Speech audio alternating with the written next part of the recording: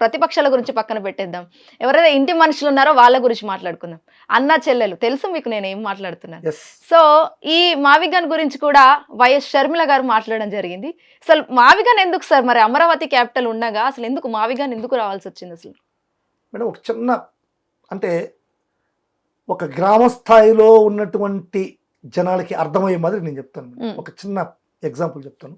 అసలు మావిగన్ అంటే ఏంటి, అమరావతి అంటే ఏంటి అనేది ఒక చిన్న ఎగ్జాంపుల్ చెప్తాను. ఓకే. ఇప్పుడు మీరు నాన్ వెజిటేరియన్ తినాలని ఉన్నది మీకు. నాన్ వెజిటేరియన్ తినాలా, చికెన్ తినాలని ఒక కోరిక ఉంది మీకు. అంటే మీరంటే ఆంధ్ర రాష్ట్ర ప్రజలు చికెన్ తినాలనేటువంటి కోరిక ఉంది. చంద్రబాబు నాయుడు దగ్గరికి పోతే ఏమో గుడ్డు ఇచ్చాడు, జగన్మోహన్ రెడ్డి దగ్గరికి వస్తే ఏమో ఒక మంచి కోడి పెట్టనిచ్చాడు. అంటే గుడ్డు ఎందుకు ఇచ్చాడు ఆయన? గుడ్డుని తీసుకుపోయి పిగలేసి దాన్ని పొదిగి పిగలు పెట్టి ఒక చిన్న చిక్కు వచ్చిన తర్వాత కోడి పిల్ల వచ్చిన తర్వాత దాన్ని పెంచి పెద్దదేసి, అది కోడి పుంజు అవుతుందో పెట్టవుతుందో కూడా తెలియదు, పెంచి పెద్దదేసి అప్పుడు దాన్ని చికెన్గా కన్వర్ట్ చేసుకొని వండుకొని తిను అని చెప్పి ప్రజలకి ఎగ్ ఇచ్చాడు, కోడిగుడ్డు ఇచ్చాడు. జగన్మోహన్ రెడ్డి గారు ఒక మంచి కోడి పెట్టని ఇస్తున్నాడు. అయ్యా పోయి నీట్గా కట్ చేసుకుని తిని వండుకొని తినబోని. మావిగన్ అంటే కోడి పెట్ట, అమరావతి అంటే కోడిగుడ్డు.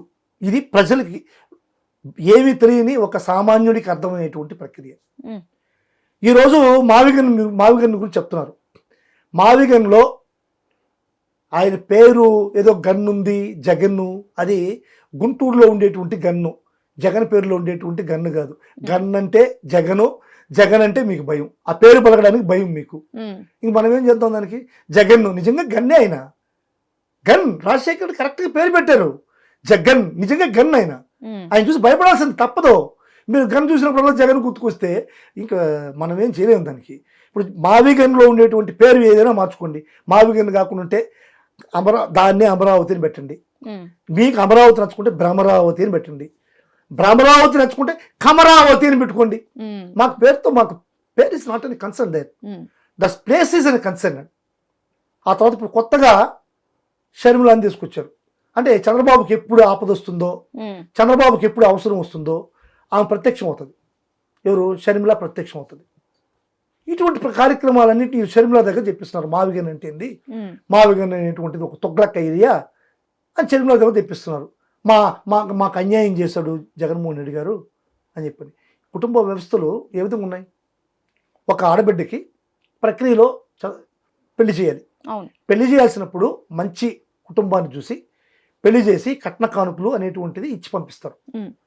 అంటే మగాళ్ళుగా ఉన్నటువంటి మాకన్నా కానీ తండ్రి ఎక్కువ ఆడబిడ్డ పైన ఉంటుంది. తండ్రికి ఎప్పుడు ఆడబిడ్డ పైన ఉంటుంది. తల్లికి మగబిడ్డ పైన ఉన్నా తండ్రికి ఆడబిడ్డ పైన ఉంటుంది. తండ్రి కొడుకు ఏమైనా సరే, అంటే నీచంగా చెప్పాలంటే ఎంత నీచంగా బతుకుతా పర్లేదు, కానీ నా బిడ్డ పోయేటప్పుడు మంచి కుటుంబంలోకి పోవాలా, మంచి సంబంధం కావాలా, నా బిడ్డ లక్షణంగా ఉండాలి ఆడబిడ్డ అని చెప్పని కావాల్సిన నగలు, నాణ్యాలు అన్నీ కూడా, ఆస్తులు, కట్నాలు, కానుకలు అన్నీ ఇచ్చి పంపిస్తాడు. అది తప్పు కాదు, అది చెయ్యాలి, ఆడబిడ్డకి చెయ్యాలి. ఆ విషయం ఆ విధంగా చెయ్యాలి. నేను కూడా మనస్ఫూర్తిగా సమర్థిస్తున్నాను. ఆ విధంగా రాజశేఖర రెడ్డి గారు షర్మిల గారికి పెళ్లి చేశారు. పెళ్లి చేసేటప్పుడు మీరు హైదరాబాద్లోనే ఉండాలి కదా. మీరు ఇప్పుడు మనం లోటస్ పాండ్కి వెళ్తామండి. లోటస్ పాండ్ ఇల్లు చూడండి. జగన్మోహన్ రెడ్డి గారి ఇల్లు ఇక్కడ ఉంటే దాని పక్కన షర్మిల గారి ఇల్లు ఉంటుంది. పెద్ద సెలువు వేసి కూర్చో ఉంటుంది ఆమె షర్మిల. ఆ సెలువులో కూర్చో ఉంటుంది చూడండి. అంటే రాజశేఖర రెడ్డి గారు ఇచ్చేశారు ఏమేమి ఇవ్వాలనో. ఒక పవర్ ప్లాంట్ ఇచ్చారు, ఒక హైడ్రో పవర్ ప్లాంట్ ఇచ్చారు, ఆస్తులు ఇచ్చారు, అంతస్తులు ఇచ్చారు. అదేవిధంగా కోడూరులో ఉండి ఇల్లు ఇచ్చారు. మన పులివెందుల్లో ఉండేటువంటి ఒక 7 ఎకరాల నేల ఇచ్చారు, చాలా విలువైన నేల, 7 ఎకరాల నేల ఇచ్చారు. అదేవిధంగా కోడూరు దగ్గర ఒక 60 ఎకరాల ల్యాండ్ ఇచ్చారు. ఇవి మాకు తెలిసి ఇంకా ఎంత ఇచ్చారు అనేది ఇంకా వాళ్ళ కుటుంబం, మనం దాన్ని అంతా కూడా ముందుకు తీసుకుపోయేటువంటి పరిస్థితి లేదు. రాజశేఖర రెడ్డి గారు ధర్మంగా తన బిడ్డకి ఏం సెటిల్ చేయాలో చేసేసి వెళ్ళిపోయాడు. ఈరోజు మీరు రాజశేఖర రెడ్డి గారు జగన్మోహన్ రెడ్డి గారిని అపనందులు పాలు చేస్తా ఈ విధంగా తిరగడం అనేటువంటిది కుటుంబాన్ని, రాజశేఖర రెడ్డి విలువలు, విశ్వసనీయతని దెబ్బతీస్తా కుటుంబాన్ని రోడ్లో పెట్టే షర్మిల నీతిమాలిన చర్య కాదా? షర్మిలది మనం ఆలోచించాలి. షర్మిల ఇప్పుడు షర్మిల గారు ఒకటి అంటున్నారు, ఇప్పుడు నేరుగా వస్తూ ఉందని. జగన్మోహన్ రెడ్డి గారు అనుకుంటే 6 నెలల్లో రాజశేఖర రెడ్డి గారు తలపెట్టినటువంటి జలయజ్ఞాన్ని పూర్తి చేసి ఉండొచ్చు అని చెప్పి అంటుంది. సరే, రాజశేఖర రెడ్డి గారు జలయజ్ఞంలో జగన్మోహన్ రెడ్డి గారు ఏం చేశారో అనేది ప్రజలకు తెలుసు. దానికి నిదర్శనే ఈ రాయలసీమ ఎత్తిపోతల పథకం. మరి ఈరోజు ఏదైనా సరే ప్రతిపక్షం, ఇప్పుడు మీకు 1% ఓట్లేదు, ఇక్కడ కాంగ్రెస్ పార్టీకి 1% ఓట్లేదు, మీ పార్టీకి విలువ లేదు, విశ్వసనీయత లేదు. ఆంధ్ర రాష్ట్రాన్ని అడ్డగోడుగా పార్లమెంటు డోర్లు మూసి విభజన చేశారు, అనైతికంగా విభజన చేశారు. విభజించినటువంటి ఆంధ్ర రాష్ట్రానికి మీరు చేసినటువంటి అన్యాయం, ద్రోహం ఇంకా 500 సంవత్సరాలైనా సరే ఆంధ్ర రాష్ట్ర ప్రజలు మరవరు. మీరు జగన్మోహన్ రెడ్డిని అడ్డం పెట్టుకుని ప్రజల్లోకి రావాలంటే జరగదు షర్మిల, మీరు గుర్తుపెట్టుకోండి. మరి ఈరోజు ప్రతిపక్ష పార్టీగా ఉన్న మీరు జగన్ ఫస్ట్ రాజశేఖర రెడ్డి చనిపోగానే జలయజ్ఞం ఆగిపోయింది. ఆ తర్వాత ఎవరు వచ్చారు ముఖ్యమంత్రులుగా? కాంగ్రెస్ పార్టీ వాళ్ళు కదా. రోసే రాలేదా? కిరణ్ కుమార్ రాలేదా? వాళ్ళు ఏ పార్టీకి సంబంధించిన వాళ్ళు? కాంగ్రెస్ పార్టీ కదా. ఆ రోజు సోనియా గాంధీ కనుచరణలోనే కదా వాళ్ళు పనిచేశారు. మరి ఎందుకు జలయజ్ఞం కంటిన్యూ చేయాల? 6 నెలల్లో చేయాల్సిన ముగించాల్సినటువంటి జలయజ్ఞం 4 సంవత్సరాలు ఎందుకు పెండింగ్ అయింది? ఆ రోజు ఎందుకు మాట్లాడాలా మీరు? మీ సోనియా ఎందుకు మాట్లాడాలా? మీ రాహుల్ ఎందుకు మాట్లాడాలా? చేయొచ్చు కదా జలయజ్ఞాన్ని. రాజశేఖర రెడ్డి గారు చనిపోయిన తర్వాత పూర్తి చేయొచ్చు కదా 6 నెలల్లో. 4 సంవత్సరాలు ఏమి గుడ్డి గాడిదలకి ఏమన్నా పొడుగు అవుతున్నారా? లేదంటే ముడ్డి లేని గుర్రాలకి ఏమన్నా ఊతం వేస్తున్నారా? మీ సోనియా గాంధీ, మీ రాహుల్ గాంధీ నువ్వేం చేస్తున్నావు ఆ రోజు? మరి ఆ తర్వాత వచ్చిన చంద్రబాబు నాయుడు గారు 5 సంవత్సరాల పాలనలో ఏం చేశావు?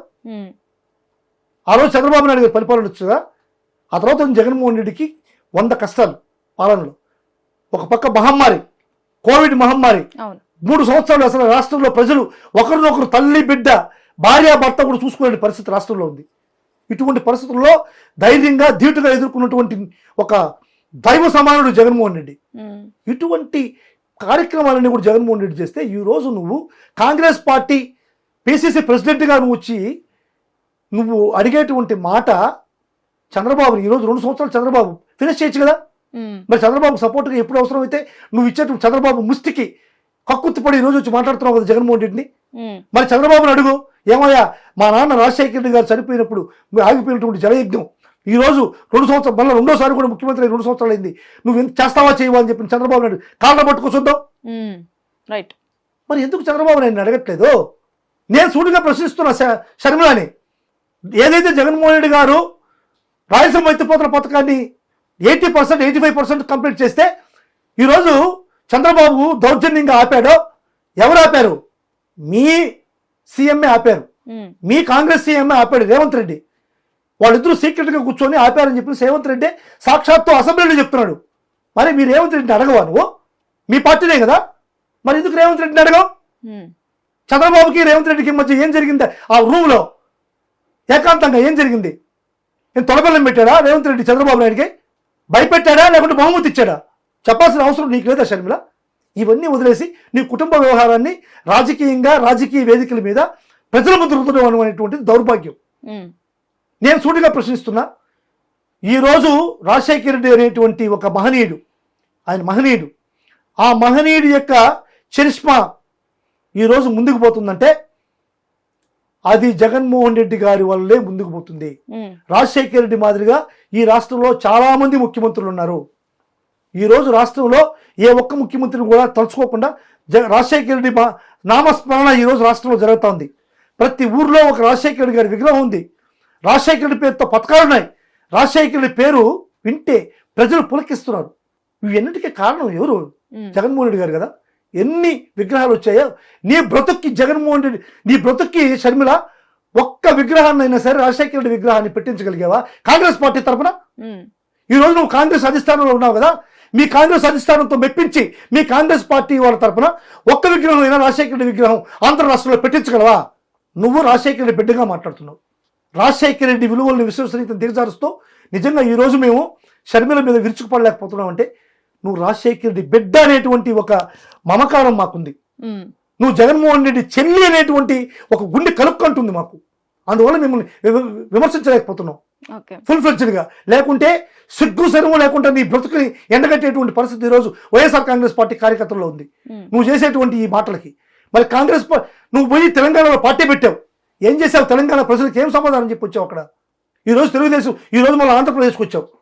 తెలంగాణ రాష్ట్రంలో పార్టీ పెట్టి నువ్వు ఎందుకు ఎత్తేసావు? తెలంగాణ రాష్ట్ర ప్రజలకు నువ్వు ఏం సమాధానం చెప్తావు? అంటే ఇష్టం వచ్చిన దగ్గర నువ్వు వేదికలు వాడుకోవడానికి జగన్మోహన్ రెడ్డిని బదనాం చేయడానికి వచ్చావా? షర్మిల గారు ఇప్పుడైనా సరే, మేము ఇప్పుడు కూడా ఓపిక్గా షర్మిల గారి మీద మాట్లాడుతున్నాం. షర్మిల గారు మా దేవుడి బిడ్డ, మేము దైవ సమానంగా నమ్మేటువంటి మా యొక్క ఆశా జ్యోతి దేవుడు రాజశేఖర రెడ్డి గారి బిడ్డ. అదేవిధంగా మా నాయకుడు, మా గుండెల్లో నిలవన ఆంధ్ర రాష్ట్ర గుండెల్లో అట్టే ముద్ర వేసుకున్నటువంటి జగన్మోహన్ రెడ్డి చెల్లెలు నువ్వు. అందుకనే ఆలోచిస్తున్నాం. నేను ఒకటి చెప్తాను షర్మిల గారికి, మీరు నీతి నిజాయితీ ఉంటే నేను ఒకటే అడుగుతున్నా షర్మిల గారిని, చంద్రబాబు నాయుడు గారు మీ పుట్టుక మీద ఎటువంటి ఘోరమైనటువంటి ప్రక్రియ నడిపించాడో షర్మిల గుర్తుపెట్టుకోవాలి. నర్రా రాజశేఖర్ అనుకుంటాను, నర్రా రవీంద్రారెడ్డి అనేటువంటి ఒక పేరుతో సోషల్ మీడియాలో ఉదయ ఏదో ఒక పేరుంది, అతనితో ఒక ట్వీట్ పెట్టించాడు ఉదయ్ భూషణ్. నర్రా రవీంద్రారెడ్డి అనేటువంటి ఒక ఐడితో ఒక ట్వీట్ వచ్చింది. ఏం ట్వీట్ వచ్చిందంటే, షర్మిల గారిని, విజయమ్మ గారిని, ఇద్దరిని కూడా మనం చెప్పలేమండి, ఇప్పుడు మీకు చెప్పలేము, అంత ఘోరం. అసలు షర్మిల దాన్ని చదివిందో లేదో తెలియదు, కానీ ఆ ట్వీట్ని షర్మిల ఒకసారి 10 సార్లు చదువుకోవాలి రాత్రి పడుకునేటప్పుడు.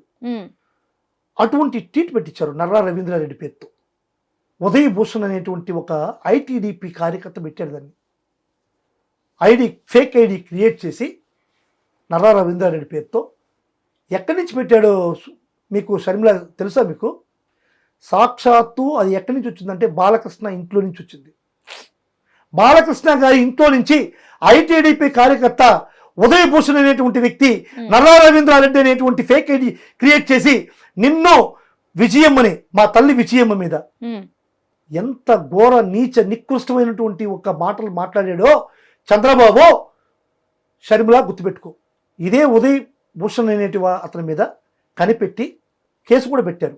Case number 45/2024, case number 45/2024 Pulivendula police స్టేషన్లో కేసు అయింది. ఒకసారి పులివెందులకు పోయినప్పుడు షర్మిల గారు, మీరు పోలీస్ స్టేషన్కి పోయి ఆ ఎఫ్ఐఆర్ని చూడండి తల్లి, మీకు అర్థమవుతుంది ఆ కేసులో ఉన్నటువంటి భావం. ఎందుకంటే రాజశేఖర రెడ్డి ఫ్యామిలీ అనేటువంటిది ఆంధ్ర రాష్ట్రంలో నంబర్ 1 ఫ్యామిలీ ఏదని చెప్పాలంటే ఈరోజు రాజశేఖర రెడ్డి గారి ఫ్యామిలీ. అత్యంత విలువలతో కూడుకున్నటువంటి ఫ్యామిలీ ఏదైనా ఉండదంటే అది రాజశేఖర రెడ్డి గారి ఫ్యామిలీ. అత్యంత విశ్వసనీయత ప్రజల్లో ఉండదంటే ఆ ఫ్యామిలీ రాజశేఖర రెడ్డి గారి ఫ్యామిలీ.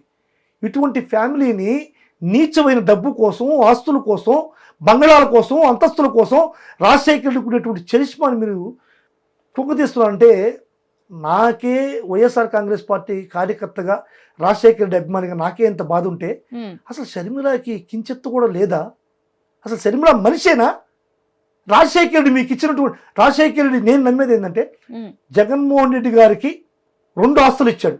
ఒకటి క్రెడిబిలిటీ, అంటే రాజశేఖర రెడ్డి కొడుకు అనేటువంటి క్రెడిబిలిటీ. ఆ క్రెడిబిలిటీతో జగన్మోహన్ రెడ్డి గారికి కోట్లాది మంది భక్తులను ఇచ్చాడు, అభిమానులను ఇచ్చాడు రాజశేఖర రెడ్డి. రెండోది ఆస్తులు, అంతస్తులు. నాకు తెలిసి ఈ ఆస్తులు అంతస్తుల కన్నా కానీ జగన్మోహన్ రెడ్డి గారికి ఈ క్రెడిబిలిటీ ఏదైతే అభిమానులను ఇచ్చాడు రాజశేఖర రెడ్డి గారు, అది చాలా గొప్పది. అదే విలువలు, అదే విశ్వసనీయత రాజశేఖర రెడ్డి కూతురుగా నీకు ఉంది తల్లి. విజయమ్మ కూడా నీకు రాజశేఖర రెడ్డి గారి సతీమణిగా ఆ విలువ నీకు ఉందమ్మా. నీ పాదాలు పెట్టుకుని నమస్కరిస్తాను విజయమ్మ, నీ పాదాలు పెట్టుకుని నమస్కరిస్తాను షర్మిలమ్మ. ఇప్పటికైనా మీరు మారండి, మీరు కాంగ్రెస్ పార్టీలో కొనసాగండి, వద్దని లేదు. మీరు కాంగ్రెస్ పార్టీలో రాజకీయాలు చేయండి. రాజకీయ వేదికగా మీ విమర్శలు సద్విమర్శలుగా ఉండాలి. జగన్మోహన్ రెడ్డి గారి విమర్శ అంటే సద్విమర్శలుగా ఉండండి. ఈరోజు కుటుంబాన్ని పట్టుకొని ఏం మాట్లాడుతుంది చెప్పండి? అది ఆమె ఆ పేర్లు కూడా మారుస్తుంది, ఇది పులివెందులకి పేరు మారుస్తుంది. ఎంత నీచమైన మాటలు. నేను షర్మిల గారికి మీ ద్వారా చేతులు జోడించి కాళ్ళతో పాదాభివందనం చేసి నేను నమస్కరిస్తున్నా. జగన్మోహన్ రెడ్డి గారి కోసం కాదు, వైఎస్ఆర్ అనేటువంటి బ్రాండు, ఆ కుటుంబం కోసం విజయమ్మ కానీ షర్మిలమ్మ కానీ సమన్వయంతో మీరు రాజకీయాలు చేసి ఆస్తుల కోసం ఏదైనా మాట్లాడాలనుకుంటే జగన్మోహన్ రెడ్డితో సంప్రదింపులు, మూడో కంటికి తెలియకుండా సంప్రదింపులు చేసి మీరు సెటిల్ చేసుకోండి. రాజశేఖర రెడ్డి గారి విలువని, విశ్వసనీయతని దెబ్బతీయద్దో. మీ ద్వారా నేను కాళ్ళు పట్టుకుని సమాధానం వాళ్ళకి. హిట్ టీవీ యాప్, ఇందులో short news, live news, entertainment shows, movies, digital magazines తో పాటు మీ జిల్లా వార్తలను కూడా ఫ్రీగా చూడొచ్చు.